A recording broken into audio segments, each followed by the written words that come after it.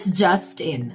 Running a small business in South Africa right now feels a bit like planning a braai in the middle of a thunderstorm. You've got your meat, your grid, and your guest list, but you're never quite sure which way the wind is blowing or whether the matches will stay dry. That's the energy behind TymeBank's June SME forecast, which unpacks everything from rising fuel costs to trade uncertainty with the US and BRICS, and what it all means for small businesses trying to stay afloat, never mind grow.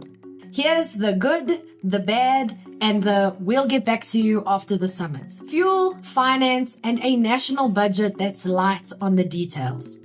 The Reserve Bank's small interest rates cut in May offers a glimmer of relief, and inflation is behaving so far. But the national budget didn't deliver much in the way of direct SME support. No new funding programs, no concrete plan to cut red tape, not even a polite nod to entrepreneurs in the speech. What we did get was a promise to keep VAT at 15%, which is good for predictability, a 16 cents per litre fuel levy hike, which is not good for your delivery van, and a vague suggestion that removing regulatory burdens is a goal with zero elaboration. If you're in logistics, retail, or manufacturing, the fuel increase probably hit you harder than the interest rates cut helped. And if you were hoping for a break from paperwork, keep hoping. The global stage isn't making life easier either, with the AGOA Forum, potentially SA's largest beneficiary, happening in June, and the BRICS Summit set for July. South Africa's diplomatic balancing act is under pressure. A US administration leaning protectionist, BRICS partners pushing hard for alternatives to Western systems, and SMEs left wondering where their next opportunity or risk might come from. If you're in agriculture, automotive, or export manufacturing, this affects you directly. Many SMEs built around preferential US market access may soon have to compete under standard trade terms or find new markets entirely. The TymeBank forecast makes it clear. We're entering a season where planning gets harder and external volatility grows. But that doesn't mean you're powerless. Here's what SMEs should actually do.